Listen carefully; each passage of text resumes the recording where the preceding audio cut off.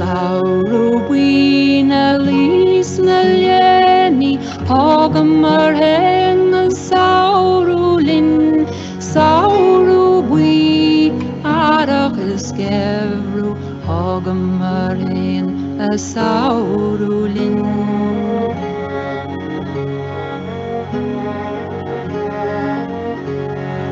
Kalini agam oer skioach Hagam hen saurulin Bochalig leke chanes lover Hagam hen saurulin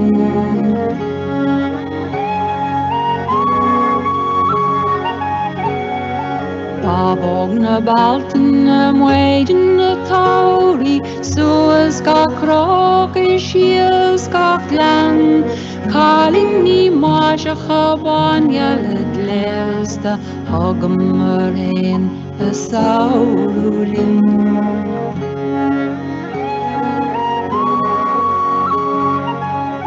Tane shoga shenum saloskus na spera Bachas kalogas blar na brin Tan koaks na henli a shenum na pleasure Hagam hen saurulin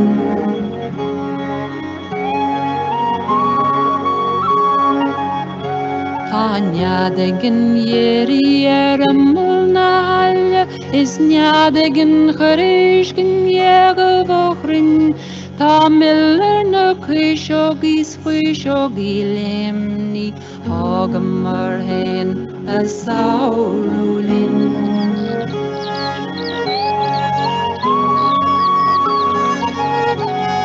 Sauru buina lis na lena Hagam hen saurulin O walak op walas klastunan na fleisure Hagam hen saurulin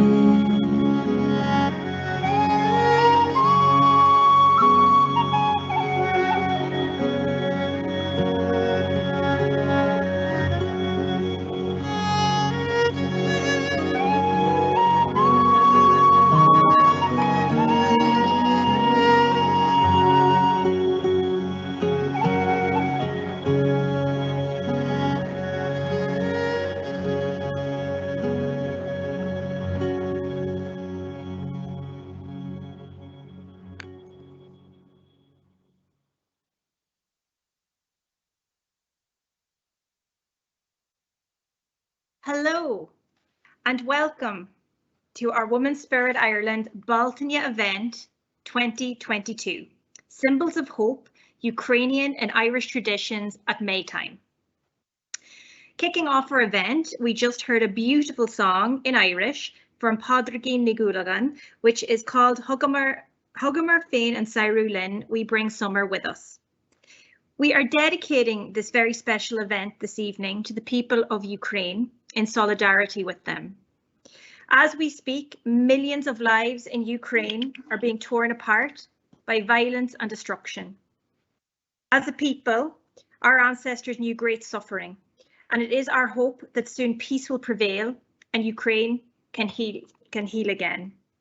This event is also a fundraiser, and all money raised will go to Ireland for Ukraine, which is a charity.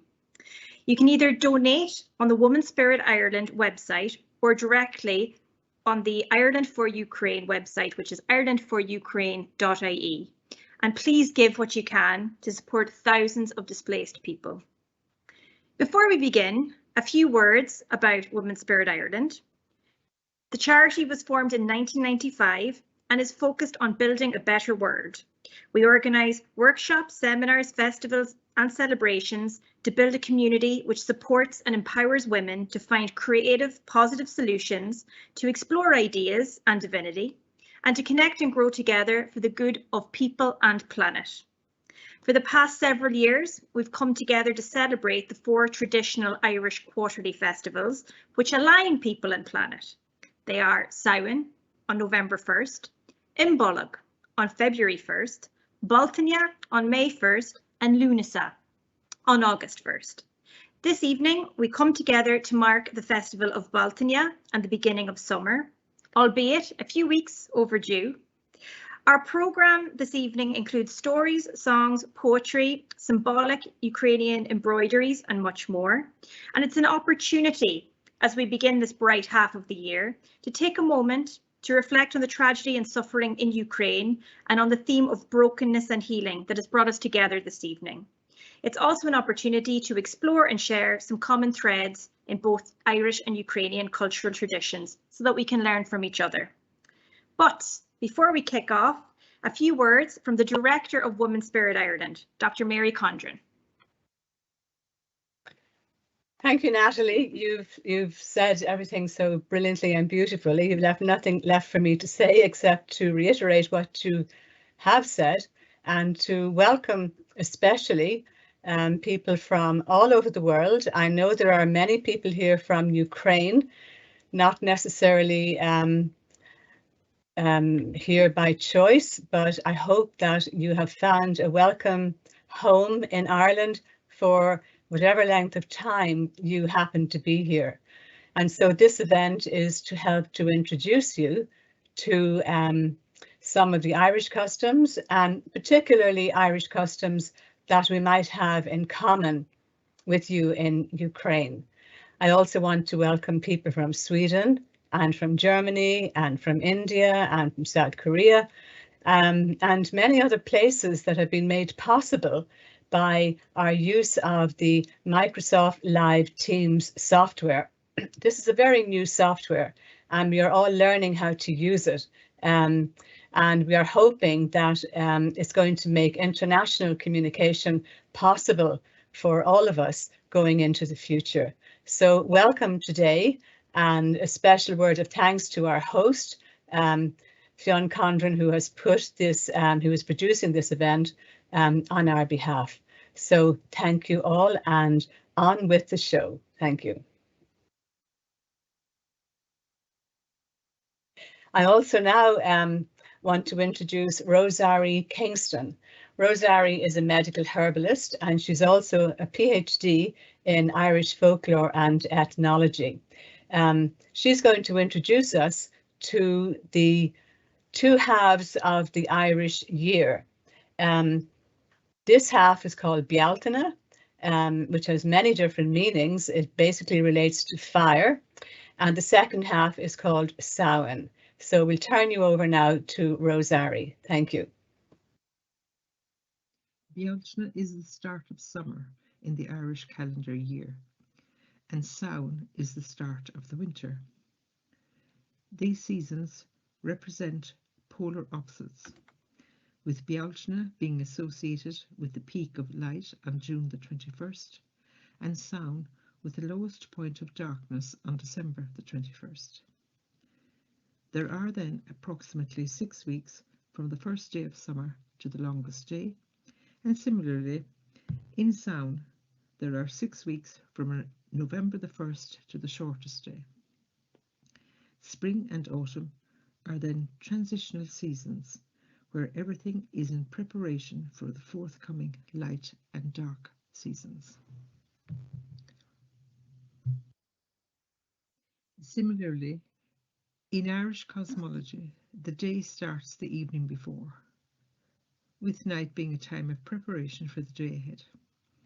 This belief has its roots in observation of the natural cycle, as all life begins in darkness, be it the seed beneath the soil, the chick in the egg, or the baby in the womb. Just as the chick is new life and light in the dark of the shell, and the fetus is the promise of life in the dark of the womb, all life contains both light and dark. The yin-yang symbol of the East captures this idea perfectly, where the tiny dot of yang grows throughout the day to almost overwhelm yin at high noon. But then the wheel turns, and it is yin's turn to display the yang, or day, as darkness falls. This perception of life and darkness being inextricably combined is also present in our physiology, as the parasympathetic system is more active at night and the sympathetic system during the day. The former system slows down our physiological response. It allows us to rest and repair our bodies during the night in preparation for the day's activities ahead, whereas the sympathetic system, which is dominated by activity, becomes more active during the day. Our Irish cosmology, with its insight into night being the story of the day, captures this perfectly. Any activity requires planning and preparation, and the parasympathetic system does just that for our health during the night. The welcome and gratitude for the light and sun is also seen in the tradition of gathering the dew at break of day. This was done by soaking a white cloth in the dew at the first light and squeezing the contents into a glass bottle. This bottle was placed on a sunny windowsill and carefully decanted into another bottle each week, discarding whatever dregs had accumulated. This procedure was undertaken each week until no sediment appeared in the bottle. This liquid was carefully preserved for the winter and given to anyone who was poorly with headaches. The celebration of the sun is also seen in the community fire. Unlike a family gathering around the hearth of the home, this fire was lit outside and the community gathered around it. This fire captures not only the warmth of the flames, but also the warmth of community and interdependence. There was also the tradition of driving the cows between two fires, which had the added value of eliminating lice and parasites from the animals who had been housed indoors for the winter. Bealtaine is a celebration of moving from the home to the wider world. The first dew of daylight on May Day is brought into the home, and it succors the family through the travails of winter. The community celebrates the coming of the longer day through the community fire, and the livestock is prepared for living in new pastures further away from the farmyard. Thank you for listening.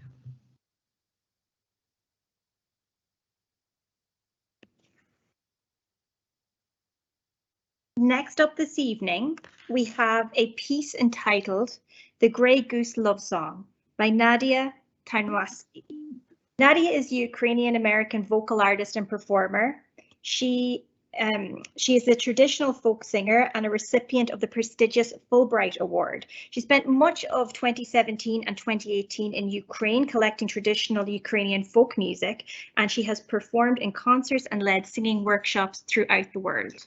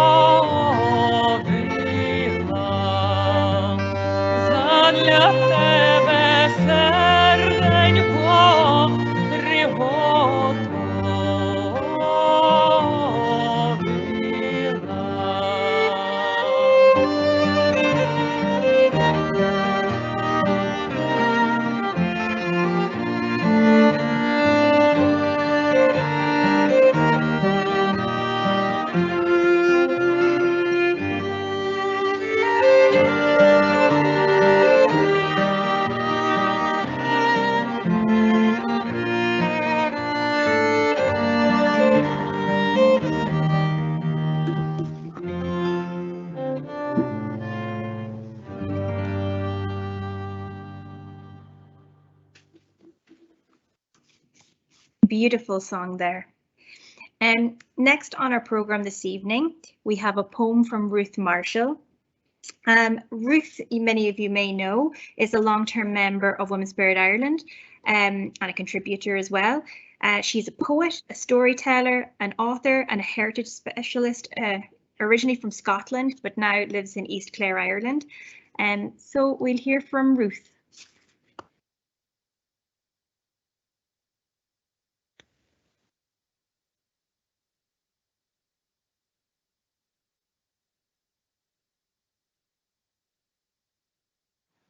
Borrowed bread lies heavy on the stomach.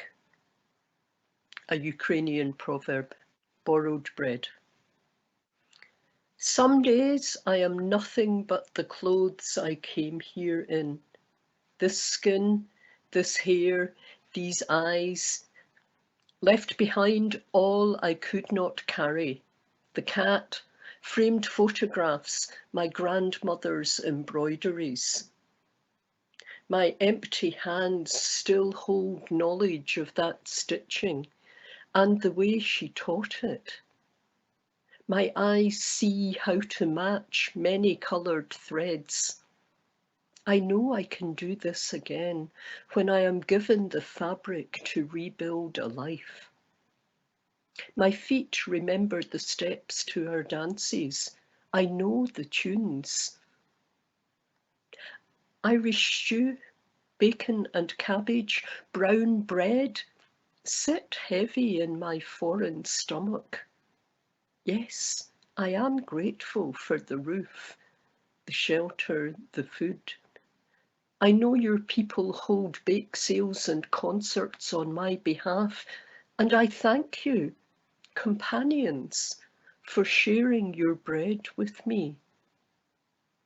But I hold on to the red thread of my grandmother's secrets, the circles of women whose dances wove and formed unbroken lines, patterns to help us remember who we are.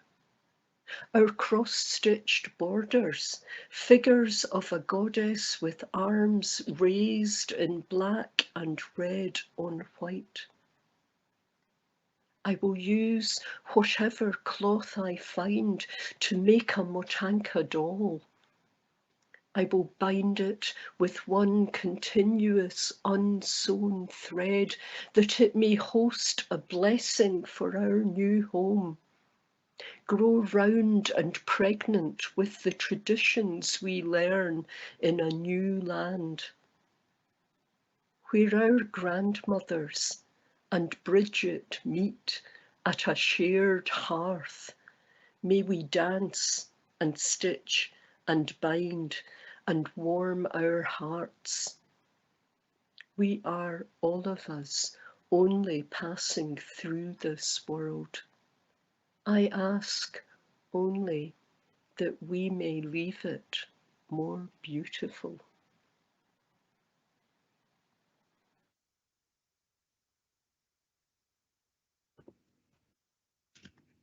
Beautiful.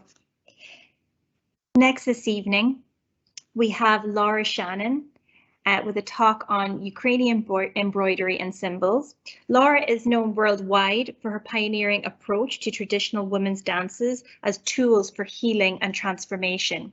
Traditional Greek, Balkan and Armenian dances embody an ancient worldview of sustainability, community, and reverence for the earth.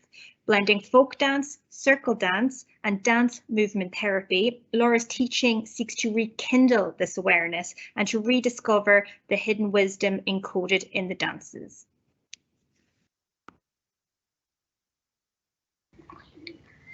Thank you, Natalie, and thank you, Ruth.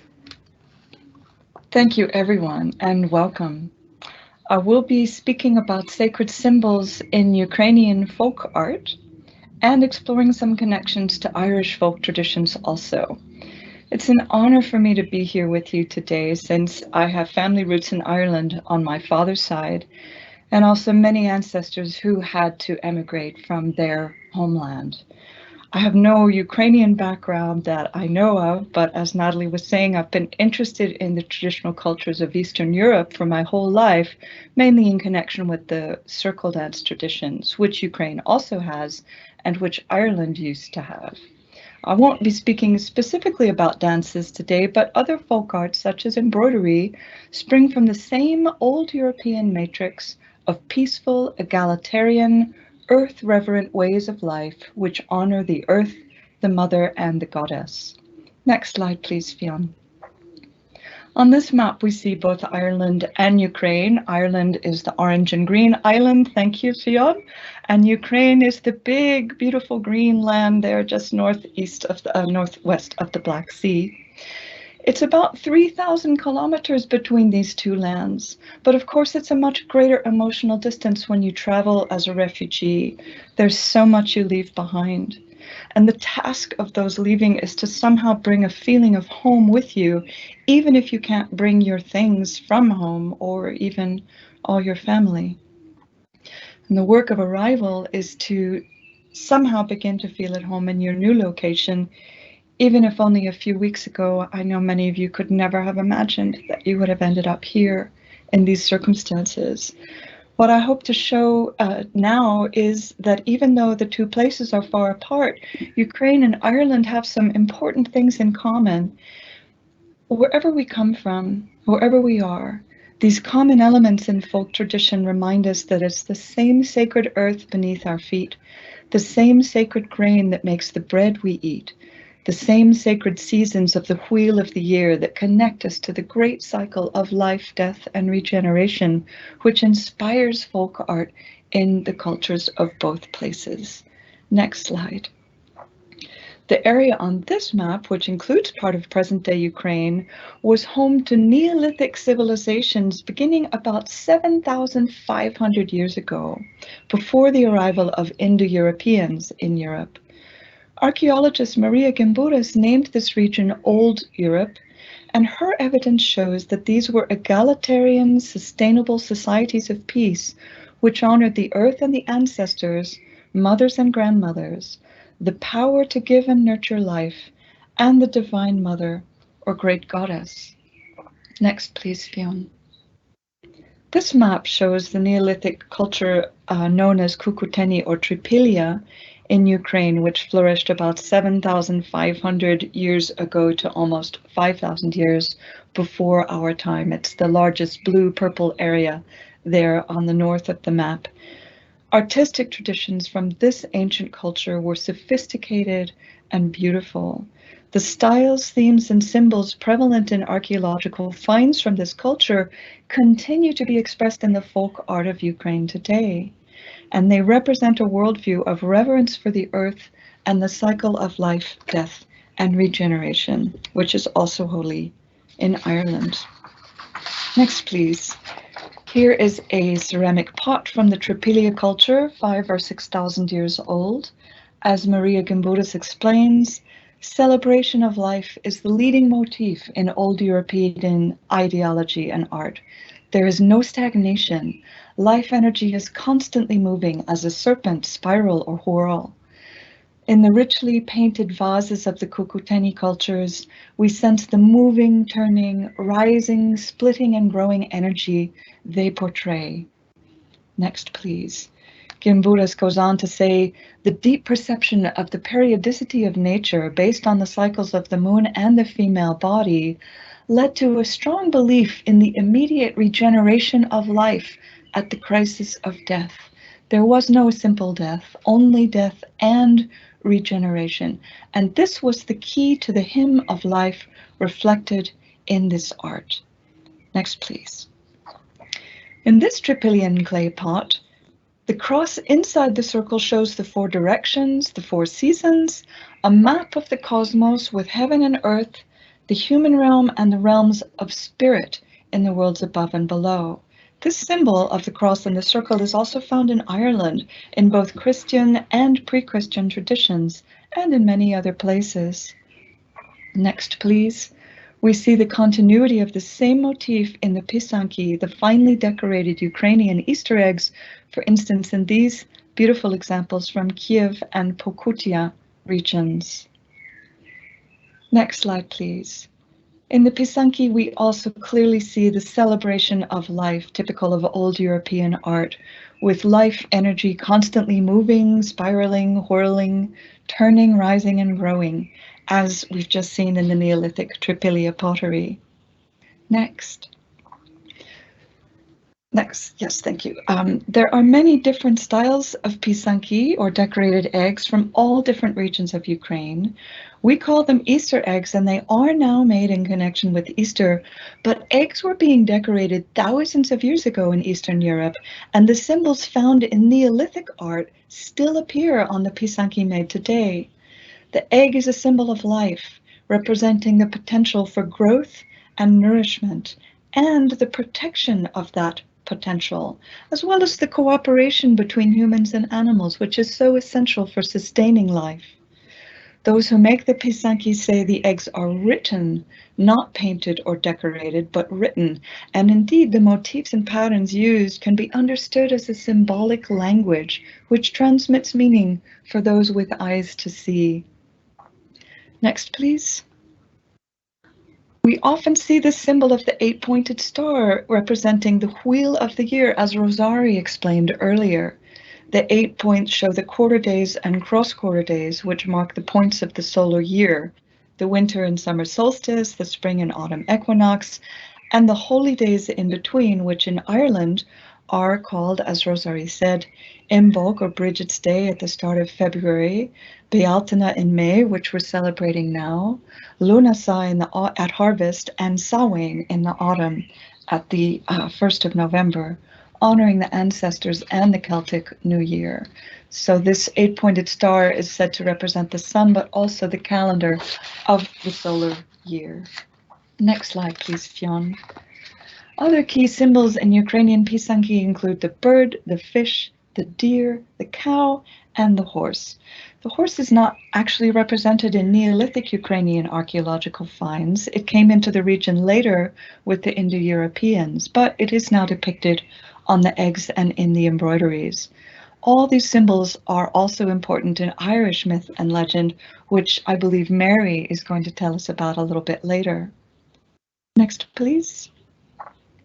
Another main symbol is the tree of life, or stalk of grain, identified with the goddess and the life-giving potential of the earth, the mother, the creativity of human art, and the nurturing of new life, which is not just the gift of the mother, it's seen as the responsibility of both parents and, in fact, of everyone in the community. Next, please. Grain, the sacred grain, is baked into bread and offered to guests in an ancient custom of hospitality, which you also have in Ireland, of course, welcoming guests and on St. Bridget's Day. Here we see the bread placed upon a ritual cloth called a rushnik, which was also an emblem of women's creative life force, expressed in spinning, weaving, and embroidery, as well as growing grain and baking bread. Next, please. Sacred bread, ritual cloths, and decorated Easter eggs all feature similar symbols and motifs, and they come together in the living tradition of Easter baskets, which are still made and offered in the US, Canada, and other places where Ukrainians have emigrated over the years. Next slide, please. Here we see the Ukrainian Orthodox priest in Lviv blessing the baskets. The lighted candles represent the sacred fire of life, which of course is also, as Rosari said, the main quality of Bealtaine, and the energy and vitality, which is expressed through growing grain and baking bread, as well as spinning, weaving, and embroidering, and decorating the pisanki. Next slide, please, Fionn. Let's make a little excursion to Ireland now. Thanks to Ruth Marshall, whom we saw and heard earlier reading her beautiful poem, Borrowed Bread, we can see these examples of Irish folk art, which also honors the sacred grain in relation to the wheel of the year. The boga breed, Bridget's cross or wheel on the left, is a straw cross within a circle or oval, the same symbol we saw earlier in Ukrainian Neolithic pottery and the Easter eggs. This protective amulet is made in connection with Bridget at the beginning of spring. Normally it would be made of plaited straw, not unlike the harvest knot on the right, which is a tradition from Lammas or Lunasa at harvest time. Next, please. Still in Ireland, also courtesy of Ruth, we have these images of the Brídóg, a little Bridget or Bridget doll, which is made on Bridget's Day or Imbolc, the 1st of February. These dolls are considered to have magical powers of protection and divination. Next. And at harvest time, we have a similar tradition in the Cailleach or Cailleach, a female figure made from a sheaf of harvested grain, as we see here, which is placed in the house for protection and blessing. So we see how Irish traditions, as well as Ukrainian ones, honor the beginning and ending of the life of the grain, which after harvest will be planted again in the great circle of life, death, and regeneration, which was also sacred to the ancient Ukrainians and is, of course, the metaphor that guides us now to believe in a rebirth after the death of the ways of life we knew before. Next slide, please, Fionn. Back to Ukraine now after our little excursion to Ireland. I want to show you this tradition of a sacred doll or female figure made from grain, also found in Ukrainian folk art. The Motanka doll was mentioned by Ruth Marshall in her poem earlier, and very like the Brídóg, the Motanka embodies divine female power and wisdom and brings health, protection, and fertility to the house, the fields, and the family. Next, please. Motanka dolls have been known in Ukraine for thousands of years, going back to ancient Trypillian times. The doll is an amulet, not a toy. So instead of a face, it has a cross within a circle, the symbol we saw earlier symbolizing the unity of heaven and earth, the 4 directions, the 4 seasons, and the sun. Motanka dolls are typically made of hay, straw, wood, herbs, grain and seeds, as well as cloth, and are decorated with traditional ornaments and embroidery. Next, please. Let's follow the thread of cloth and go back to the rushnik, the woven or embroidered ritual cloths that we saw in the Easter baskets and while offering the sacred bread of hospitality. Rushniki also sanctify the home, hung around the icons in the beautiful corner of the house. This photo shows a rushnik around the icons in a traditional house in Kiev. It comes from Mary Kelly, our great teacher and researcher about goddess symbols in East European embroidery, who taught me a lot of what I'm sharing with you here. Next, please, Fionn. Ritual cloths are also woven and embroidered for weddings, and these are rich in sacred symbols. Very often, a goddess figure is featured in the central spot, flanked with flowers, birds, and signs of life. This one is from Poltava in central Ukraine and is almost 100 years old. Next slide, please. This rushnik is from the late 19th century from Chornobaiv and also shows a goddess figure flanked by birds, as well as the triple spiral motif which we see in Neolithic art and in one form of the Bridget's cross made in Ireland. The wedding rushnik is long and narrow. It can be worn as a belt by the bride and bridesmaids, and the bride and groom will stand on one during the traditional wedding ceremony. It's almost identical on its 2 ends, and it has a defined border which contains contains or protects the flowering life energy expressed within.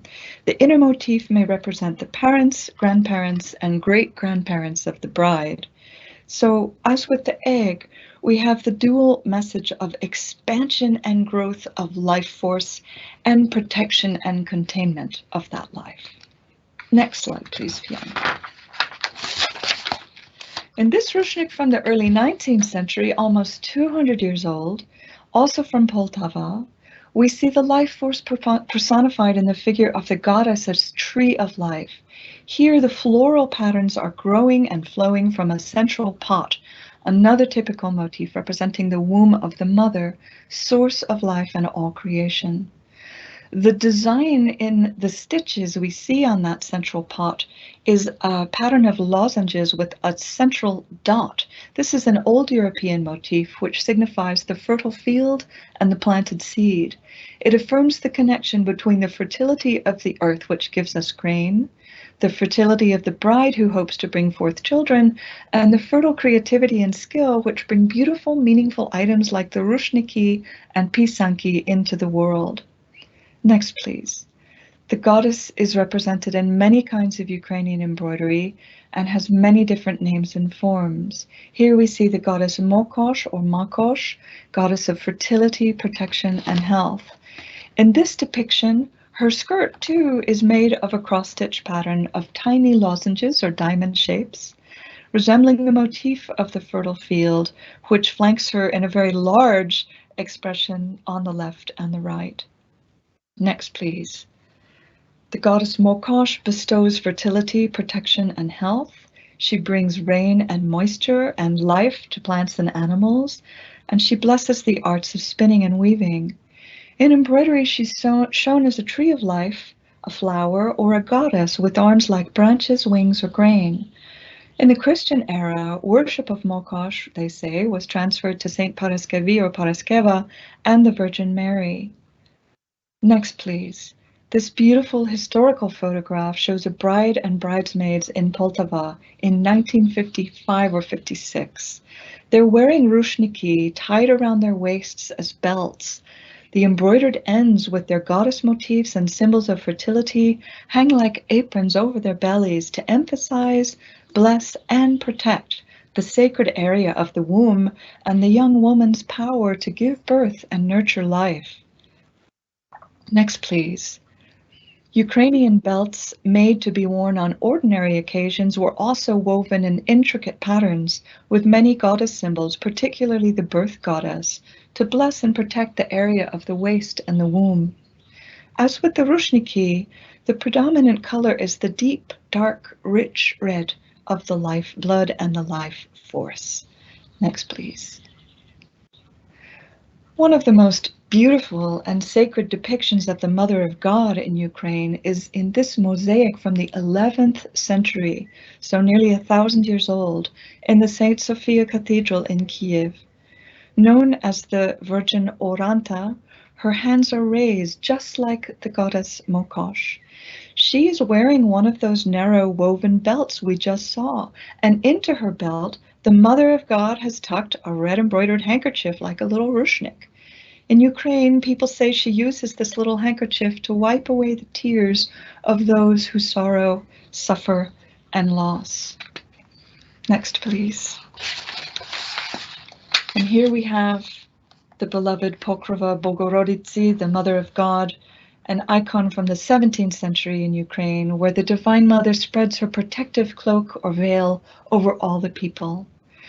Both of these images of the Mother of God show the power implicit in the ritual cloths and the motanka dolls, where cloth transmits and mediates the blessing and protection of the Divine Mother. Next slide, please, Fionn. In Ireland, St. Bridget also wears a powerful magical cloak of protection, depicted here in contemporary artworks by Fleur Kelly on the left and Jane Brideson on the right.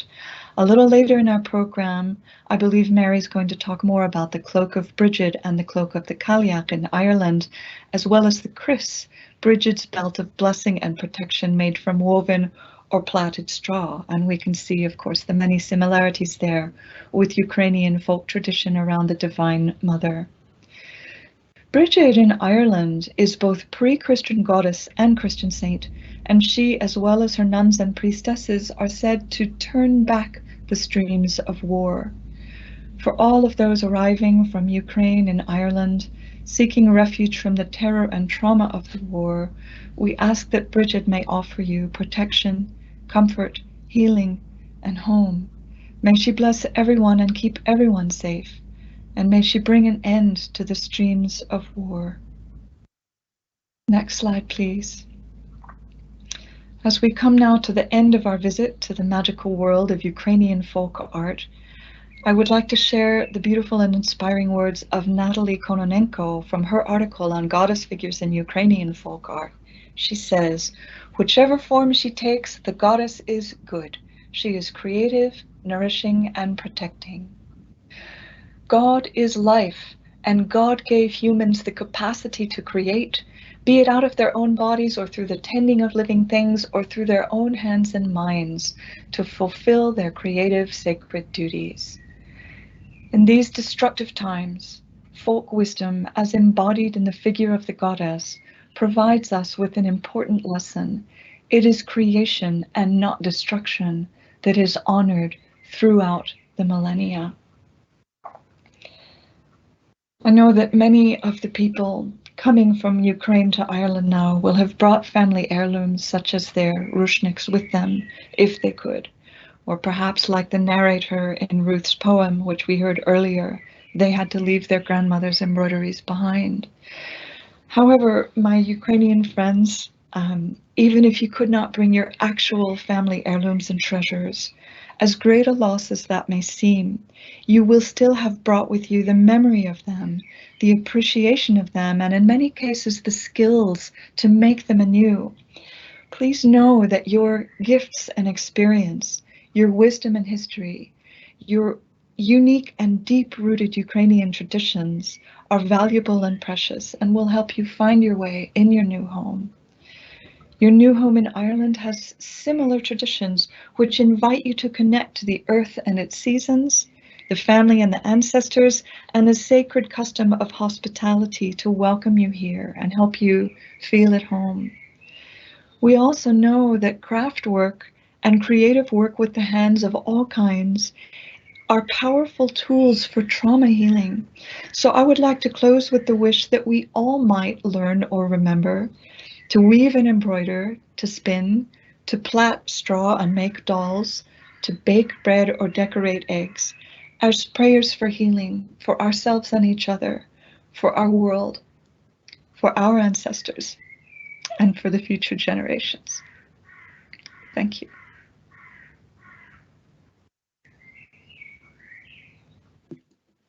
Thank you, Laura. And I think we're coming to our next piece now, Broken Pot by Nadia Tarnowski, who we've already seen a piece from. And just kind of following on from what Laura said about healing, the next three pieces have a theme of brokenness, this idea of the horrific brokenness that people leaving Ukraine might be feeling at the moment. So let's have a think about that as we watch the next three pieces and the messages coming out of that, and to Laura's point as well, healing.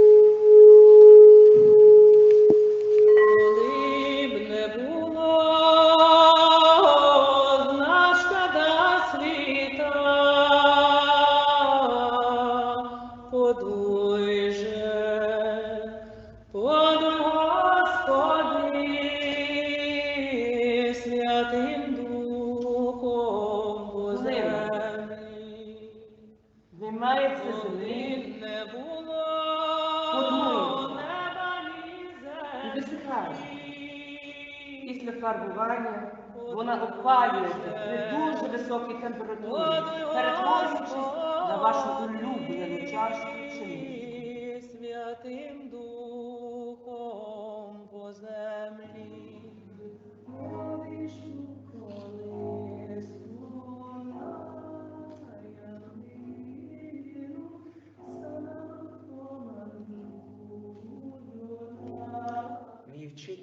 казав, не співай, бо в тебе голос як розбита скрипка. Твоя мама не навчила мене пісень, але привчила мене ніколи не припиняти спів. Для неї мій голос не був розбитий. Прилетів сокіл, став дивитись, ти сокілоньку, ти мій братейку, у мочі крильце, у моєї кровці. А тепер я була розірвана навпіл. Вони співали в мене, через мене, перетворили моє тіло співом, зібрали всі мої черепки докупи. Я стала іншою людиною.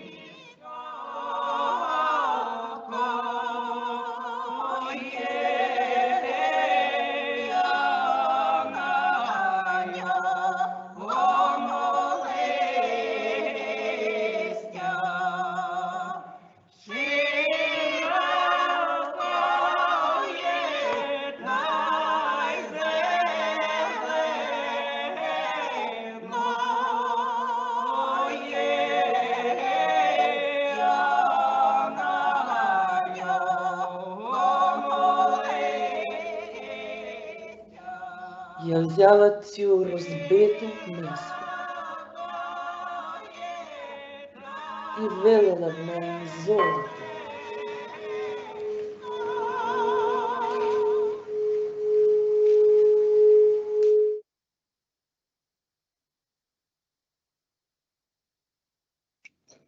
Just beautiful.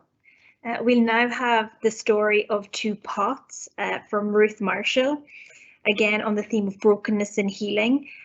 Ruth will recount the age-old story of the woman with two pots, one intact and the other broken.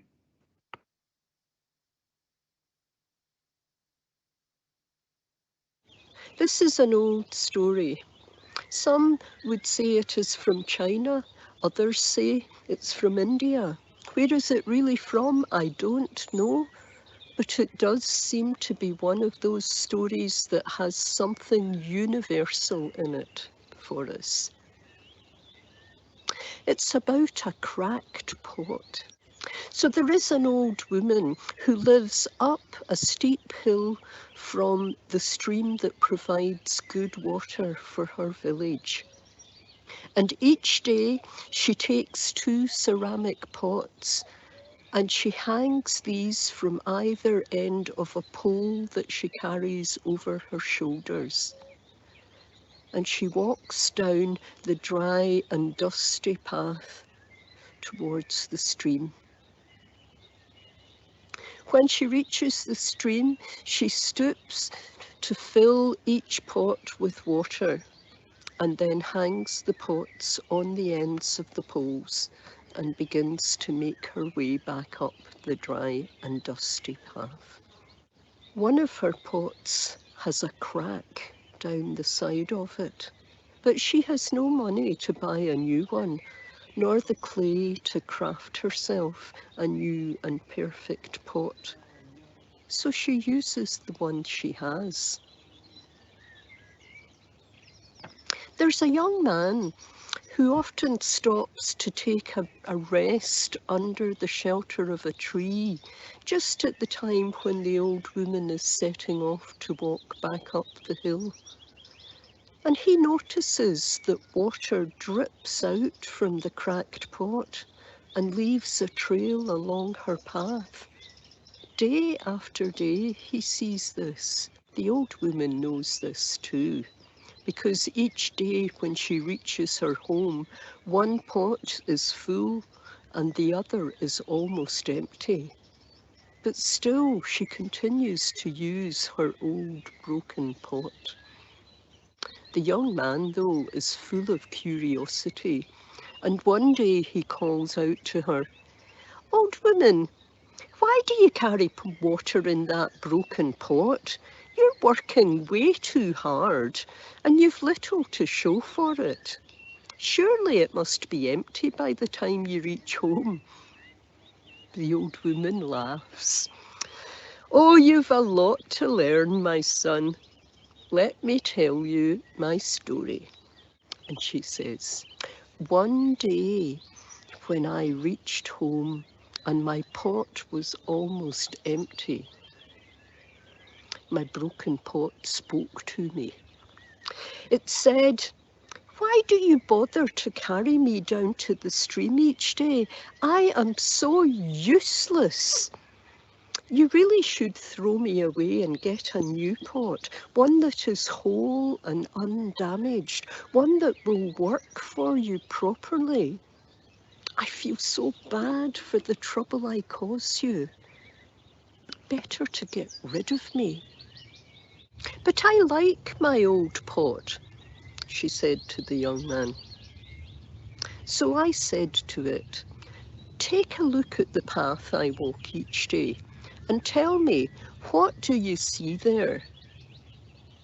Well, while she spoke, the young man looked too and cast his eyes up the pathway to the old woman's house. But the pot had replied, I can see that there is a row of flowers growing to one side of the path.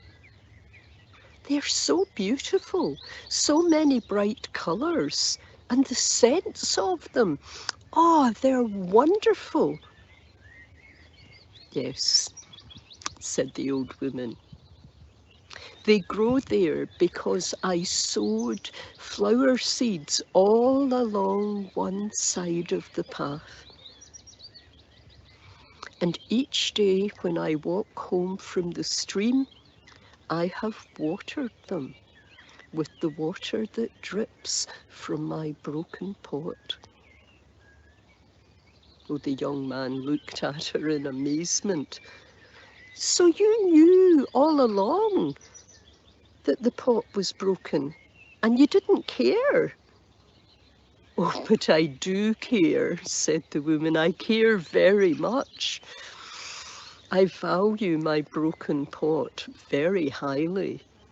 My broken pot serves me so well. Just look at all the beauty that has grown because of it. And so it is for us. When life has broken us, cracked us in some way, there are times when all we can see is the brokenness, the crack. But out of that brokenness, from the cracked and broken pot, so much beauty can grow. As Leonard Cohen said, there is a crack in everything. It's how the light gets in.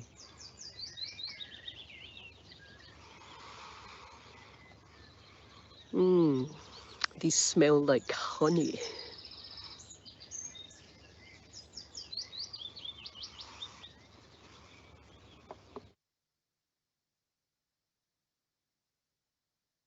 Beautiful story from Ruth. Next in our series on the theme of brokenness and healing is a moment for reflection and meditation on the idea of brokenness and healing, to the beautiful images of the craftwork of artist Mary Wallace. Her inspiration comes from ordinary everyday things, which she makes extraordinary through art. And she's particularly intrigued and inspired by Japanese art and culture, which you'll see informing her work, especially kintsugi.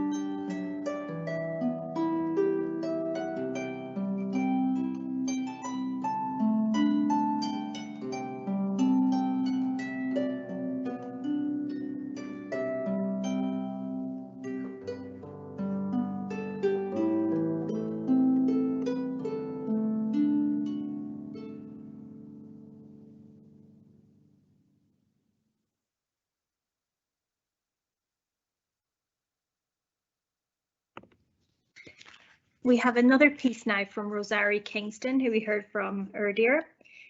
And her piece will be on the great Ukrainian emblem, the sunflower, and its healing properties.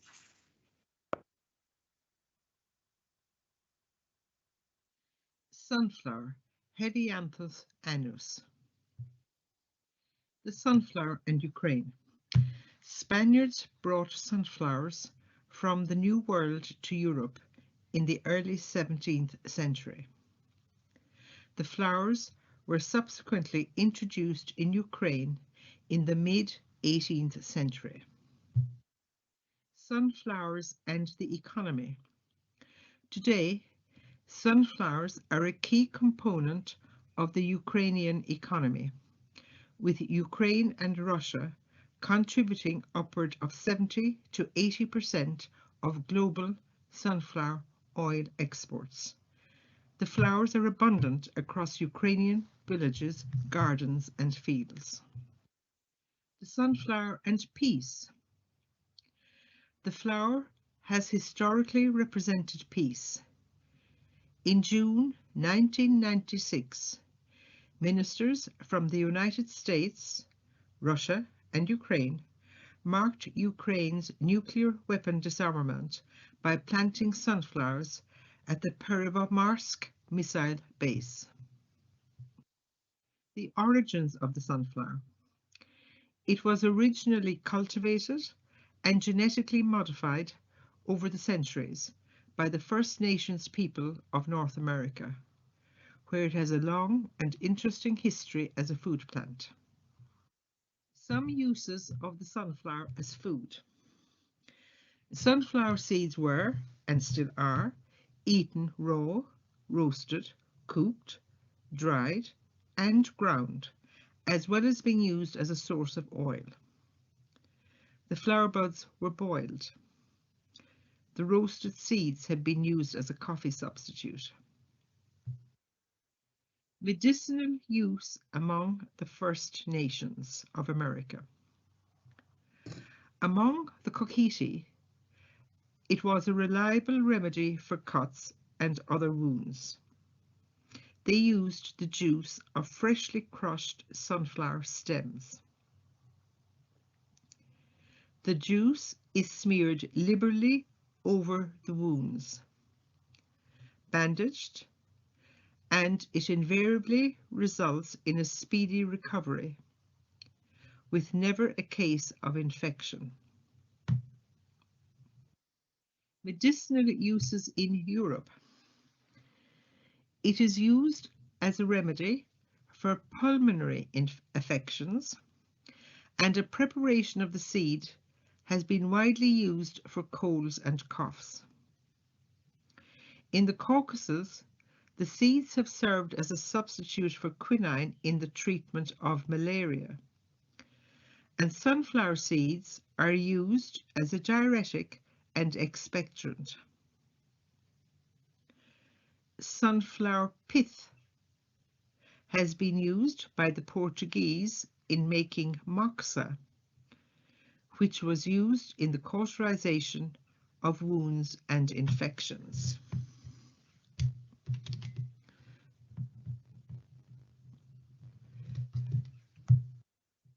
Sunflower is valuable for health because it is an antioxidant.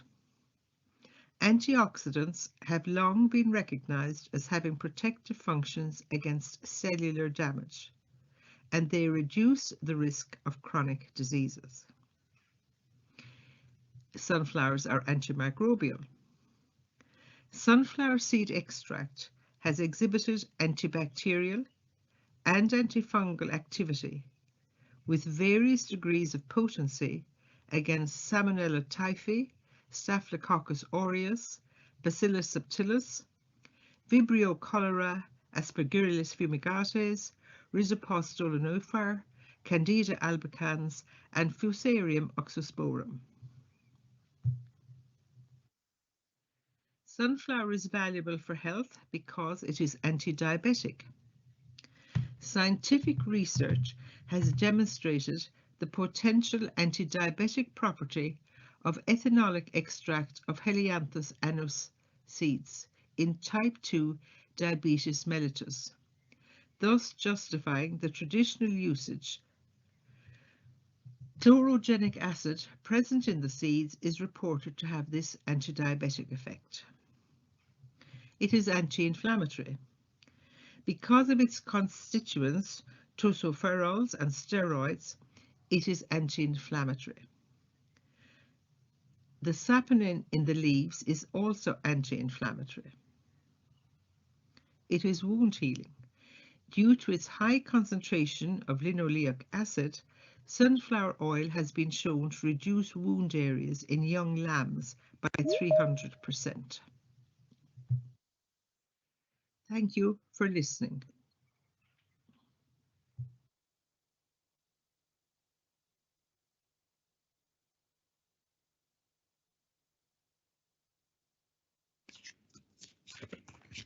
Well, I learned a lot more about sunflowers than I even knew existed about them. Very, very interesting piece there from Rosari. Next up this evening, we have Peggy Seeger. Peggy is an anti-war activist and a member of the North American musical Seeger family. She's a singer of traditional Anglo-American songs and an activist songmaker. She plays 6 instruments: piano, guitar, 5-string banjo, Appalachian dulcimer, auto harp, and English concertina, and she's recorded 23 solo albums and participated directly in more than 100 others. Her song is How I Long for Peace.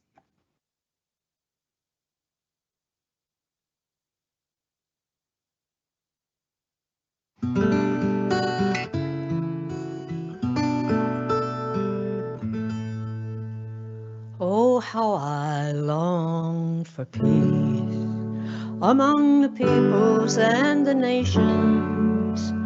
How I long to halt the plunder of the wonders of creation. Oh, how I long for peace. I cannot understand how the sisters, wives, and mothers cannot stop the slaughter of the husbands, sons, and brothers. Oh, how I long for peace among the peoples and the nations. How I long to halt the plunder of the wonders of creation. Oh, how I long for peace.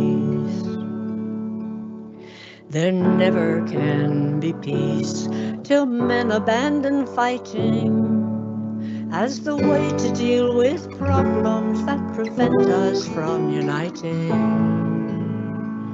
Oh, how I long for peace among the peoples and the nations. How I long to halt the plunder of the wonders of creation. Oh, how I long for peace. The profits made from war, there's few that can resist them. Hypocrisy and greed control the lifeblood of our system. Oh, how I long for peace among the peoples and the nations. How I long to halt the plunder of the wonders of creation. Oh, how I long for peace. The earth can wait no longer for political permission. Sit down, disrupt, do anything to make the whole world listen. Oh, how I long for peace among the peoples and the nations. How I long to halt the plunder of the wonders of creation. Oh, how I long for peace.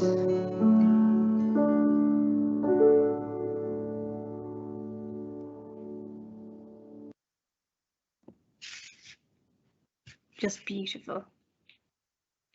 Next this evening, we have Mary Condren, Dr. Mary Condren, feminist theologian, theorist and Bridget researcher, and director of Women's Spirit Ireland. You've met her earlier. Mary has taught in many locations throughout the world, including Harvard University, University College Dublin, the Irish Management Institute, the Royal College of Surgeons, and she is currently teaching at the Centre for Gender and Women's Studies in Trinity College Dublin. She is an absolute expert on Bridget, and there is a book in the pipeline as well, which we're all very excited about. So can we please welcome Mary to speak to us about the common Irish and Ukrainian symbols and themes.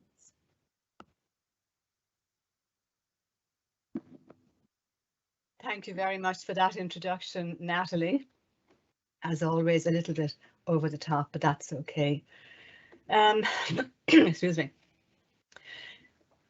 In Ireland, Bealtaine is celebrated for the whole month of May, but I learned recently that in the Northern Irish tradition, the day is called Lá Bui Bealtaine.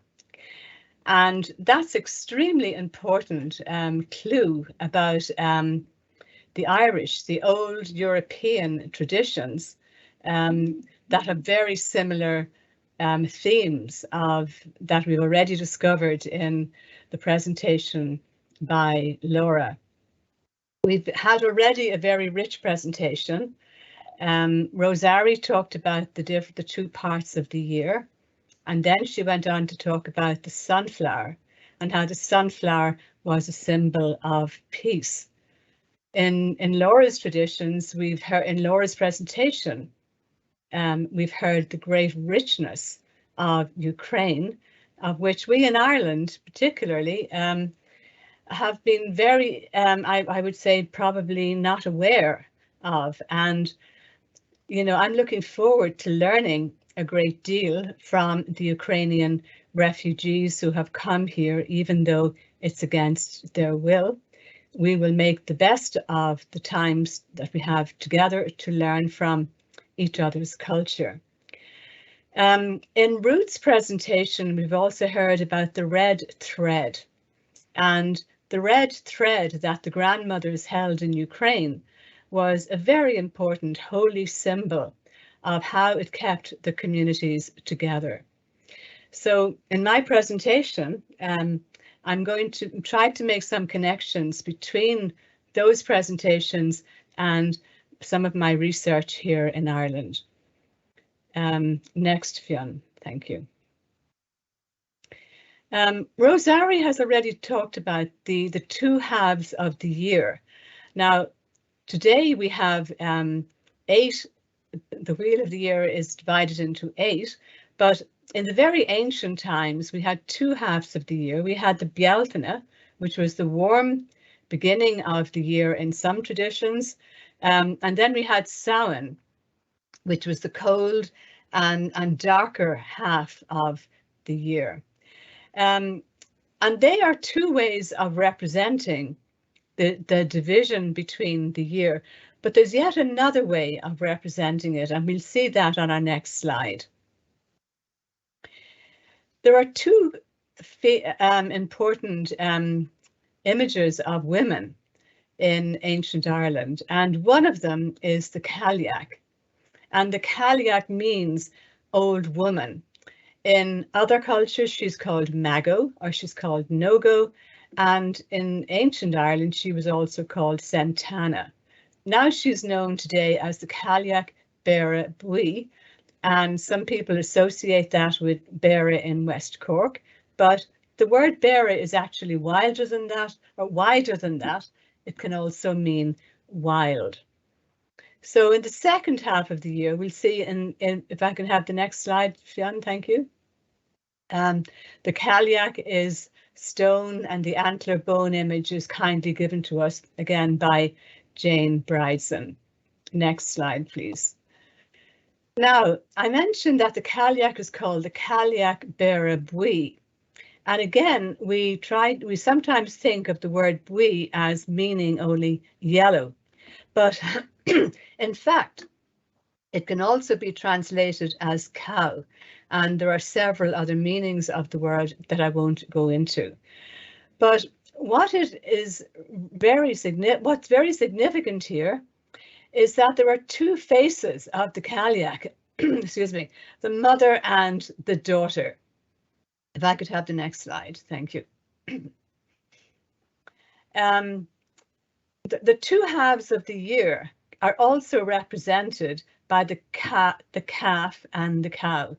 And all over Ireland and also in Scotland, in the landscape, you will see images of the cow and the calf.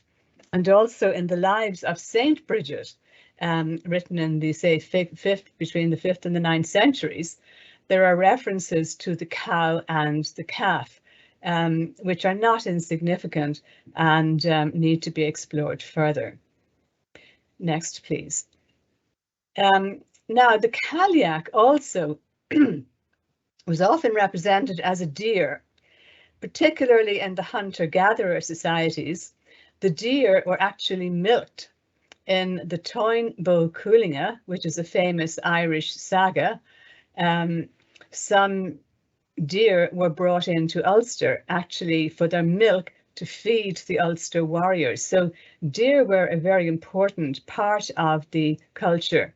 And as I said, the Cailleach is sometimes represented as a deer, and she also has a fawn. Thank you. Next slide. Now, what we see in the cow and the calf, and also in the image of the deer and the fawn, are images of mother and child. And I'm going to suggest that the image of the mother is the Cailleach, but the second half of the year, Bealtaine, is primarily represented by the child. And Max Dashu was kindly giving me this image from Syria, where we can see the child already in the body of the mother.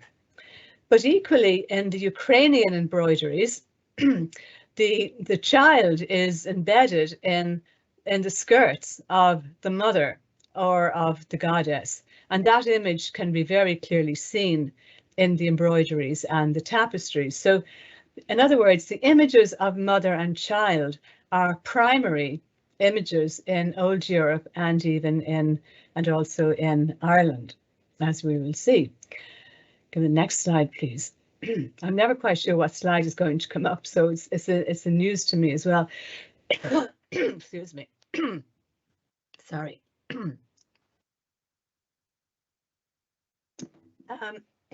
The image of mother and child. In Ireland, actually, we don't have great extent of representational imagery, but we do have these images in the landscape, because the daughter of the Cailleach was known as the Inyin Bui, and the Inyin Bui literally means the daughter of the hag.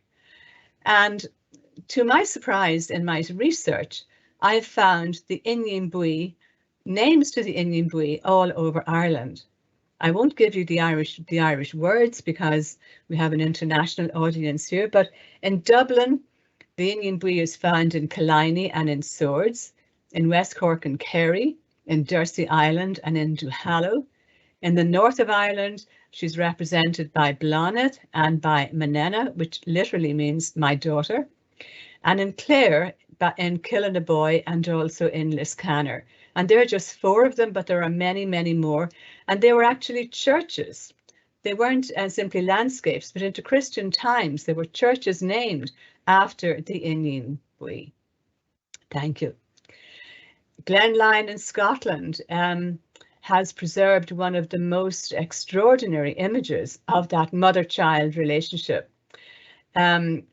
This is an image, and it's primarily in stone. It's a little shieling, and at Bealtaine, the local people, go into the shieling and they take out the images of the Cailleach, the Bodach, who is her husband, and the daughter. And they are taken out of the shieling to protect the harvest. At Samhain, they're put back into their shieling to hibernate, as it were, for the winter. Next, please. And the Cailleach and the Bodak, we don't hear a great deal about the Bodak, but actually, again, in names all over Ireland, the Bodak is represented, but that will take us very far afield just at this particular moment. Next, please. So Bealtaine is a time of transition. It's the time when the cold half of the year is transformed into the warm part of the year, and that's usually represented by flowers. Thank you. The next one.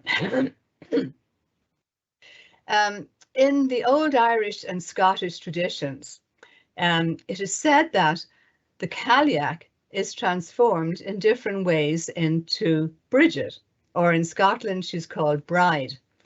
And Bridget offers flowers to her mother, the Cailleach, when it's time for Bridget or Bride to take her place in the whole ecology.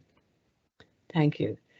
And in some traditions, the Inyin Bui, the daughter of the hag, presents flowers or primroses to her mother, the Cailleach, as a sign that the springtime has arrived, and now it's time for great feasting and for joy and for planting and for creativity. Thank you. The Cailleach in her part, she normally wears a cloak. Now, the cloak, by the way, is not simply a garment. The Cailleach and Mago and Nago and Santana all over the world use their cloak to create the world or to shape the landscape. And there are many, many other uses of the cloak. It's used for protection, it's used for invisibility, it's used for healing. And at our Bridget ceremonies, it's certainly used also to be sent out for healing.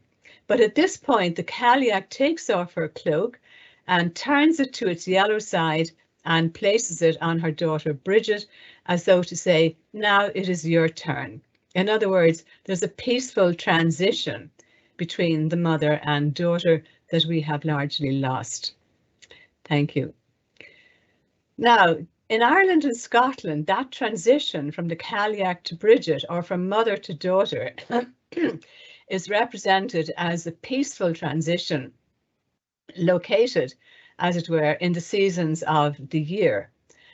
But we live in very dangerous times, and as we all know, and as we cannot help but be aware, given what is happening in Ukraine, and at a certain time in human history, we passed from the kind of peaceful cultures that were typical of matri-centered communities to communities that were primarily based on war.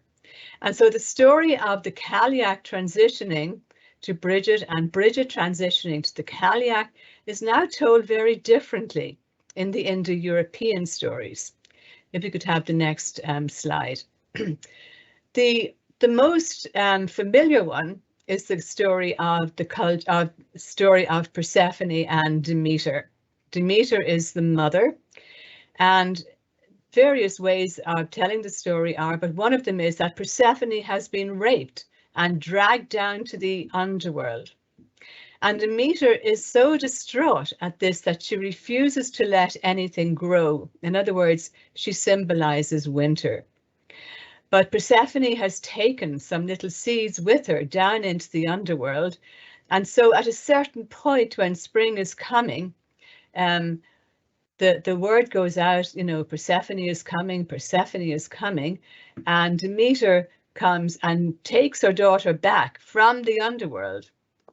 But the theme of rape and of war has entered the picture and entered into that mother-daughter relationship in so many other cultures and other cultural ways of telling that story.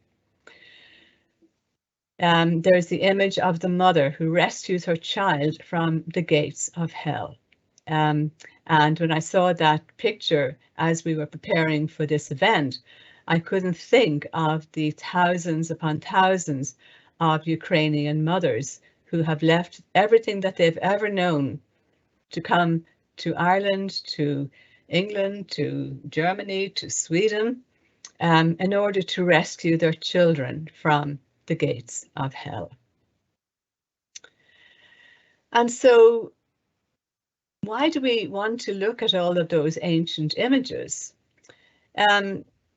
Laura mentioned earlier that one of the themes of the abbesses of Kildare, the abbesses of Kildare, by the way, were the successors to St. Bridget, and they lasted until the 11th or 12th century, when two of the abbesses were raped by the Anglo-Normans and by their Irish collaborators, you might say. But they were responsible. One of their jobs was those who turned back the streams of war. And so the challenge of our trying to make connections between the Irish and Ukrainian traditions is not simple. It's also an opportunity to look at returning to the old ways in which we managed protection, or we managed nonviolence, or we managed conflict.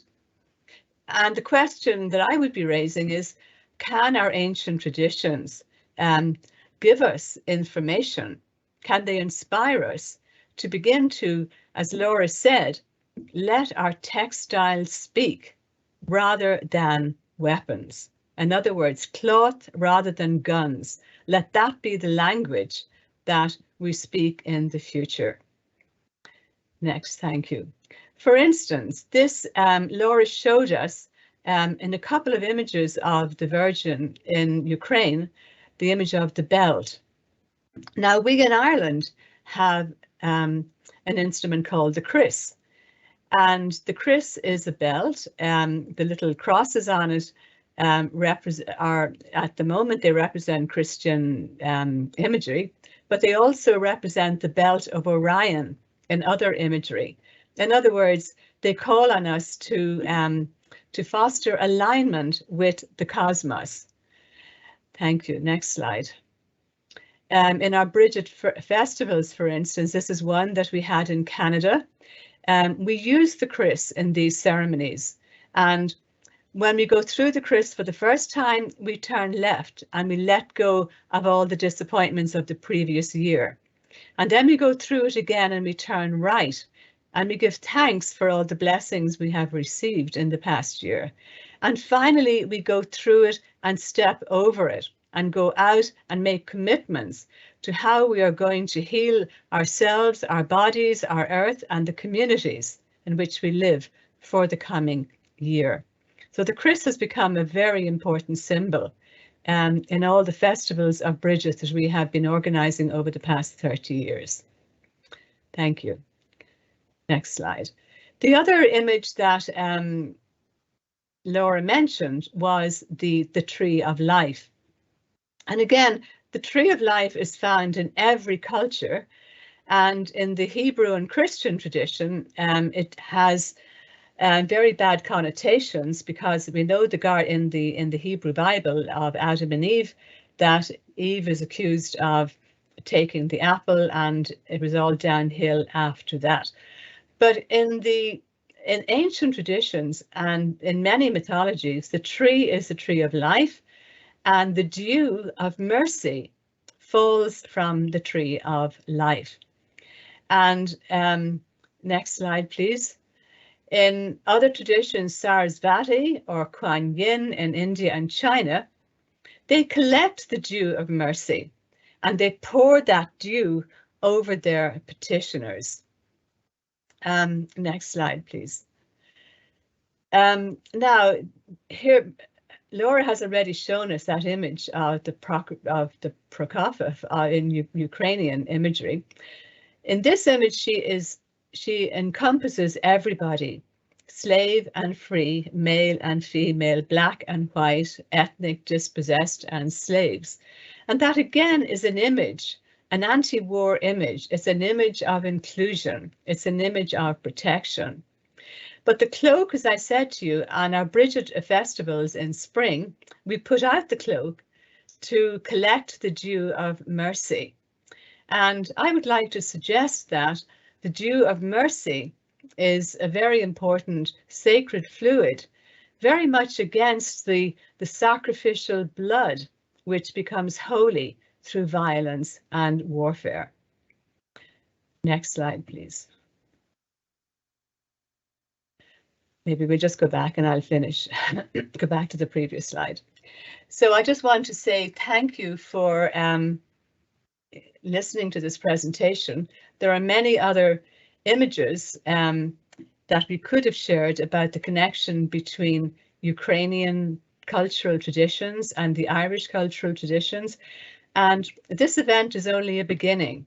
And maybe in the months and maybe even the years to come, if the war does not end very shortly, which it doesn't look like, we may find other occasions for sharing our traditions and finding the healing threads in our cultures that the world so badly needs at this particular time. Thank you.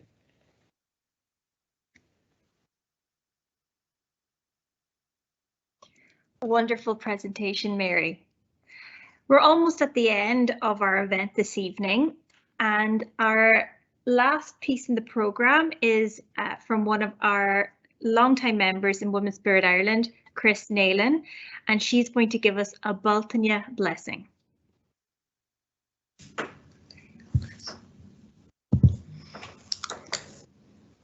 Our Bealtaine blessing from the Carmina Gadelica, collected by Alexander Carmichael from the Western Isles of Scotland.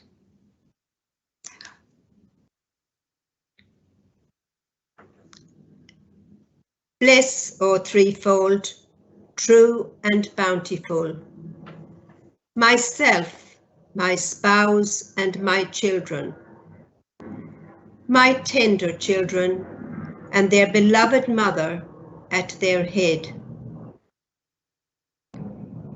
Everything within my home or in my possession, all cattle and crops, all flocks and corn, from Hallow Eve to Bealtaine Eve, with goodly progress and gentle blessing, from sea to sea and every river mouth, from wave to wave and base of waterfall.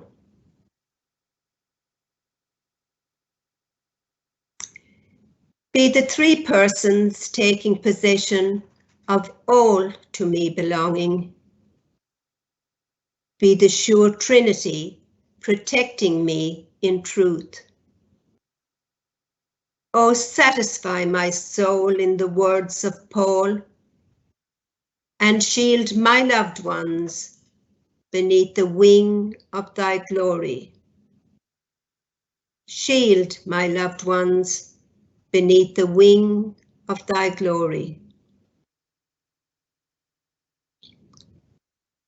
Bless everything, and bless every one of this little household by my side.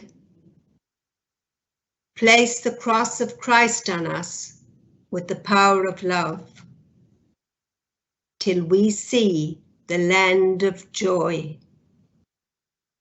Till we see the land of joy. What time the cattle shall forsake the stalls? What time the sheep shall forsake the folds?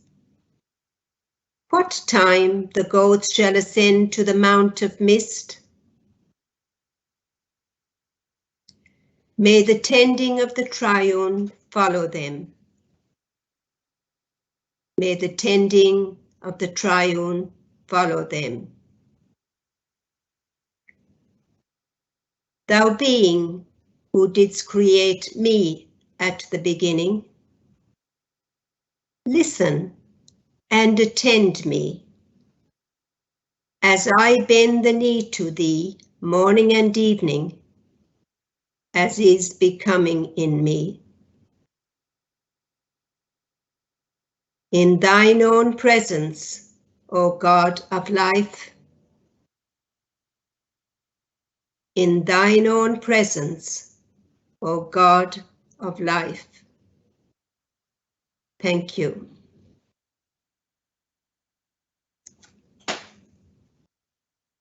Thanks a million, Chris. That was beautiful and a lovely way to round up our event this evening. I have a good few acknowledgements. If we just flip on to the next slide. Yeah, so I just want to say thank you to the organising team this evening.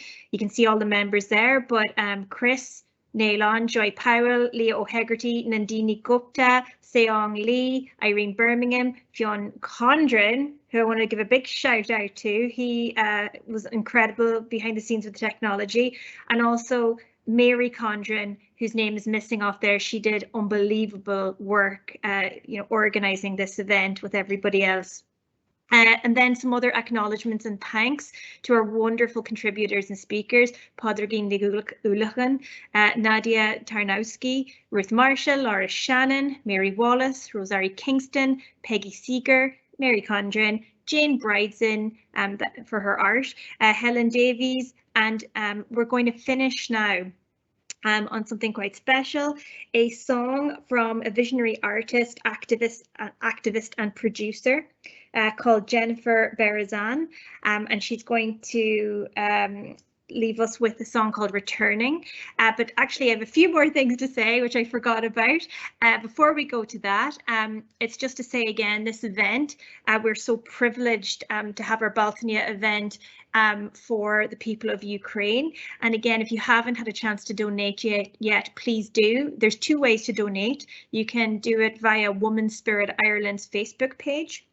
There's a donate button there, or secondly, you can actually just go straight to irelandforukraine.ie and donate there. But it's a really important and worthy cause, and every little helps. And I have another announcement as well. I think it's the next slide.